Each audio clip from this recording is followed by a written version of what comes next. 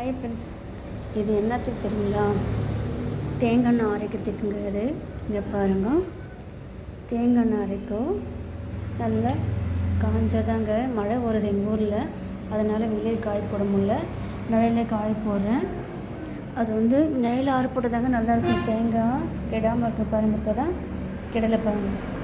இது காஞ்சதாக இருக்கும். இப்போ வழியில் பார்த்திங்களா காஞ்சிருக்கு. நல்லா காயணும். நான் தேங்காய் எண்ணெய் பிஸ்னஸ் பண்ண போகிறேன். எல்லா மூலிகை போட்டு பிஸ்னஸ் பண்ண போகிறேன். இது எங்கள் தோட்டத்தில் காய்ச்ச தேங்காய்.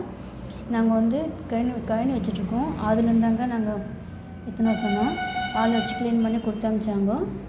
நான் ரொம்ப தொலை போக மாட்டேன் கழனிக்கு. எங்கள் ஹஸ்பண்ட் சொன்னோம், அவர் எடுத்து கொடுத்தாரு, ஆற போட்டு வச்சார். இது நேட் ஒரிஜினல் தேங்காய் எண்ணெய். யார் யாருக்கு தேங்காய் எண்ணெய் வேணுமோ கேளுங்க, நான் பார்சல் அனுப்புகிறேன். கமெண்ட் பண்ணுங்க, பெல் பட்டன் அழுத்துங்க. எது மிஸ் பண்ணாலும் கமெண்ட் பண்ணுங்கள், பெல் பட்டன் அழுத்துங்க.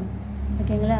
யார் யாருக்கு தேங்காய் எண்ணெய் வேணும்னு சொல்லுங்கள், நான் கொடுத்து போகிறேன். ஆனால் அதில் லெமன் போடணுங்க, அப்போ தான் கெடாமல் இருக்கும். லெமன் மெயின், லெமன் போடுங்க. ஒவ்வொருத்தர் வெல்லம் சக்கரை போடுவாங்க, அதில் போடக்கூடாது, லெமன் தான் போடணும். ஓகேங்களா?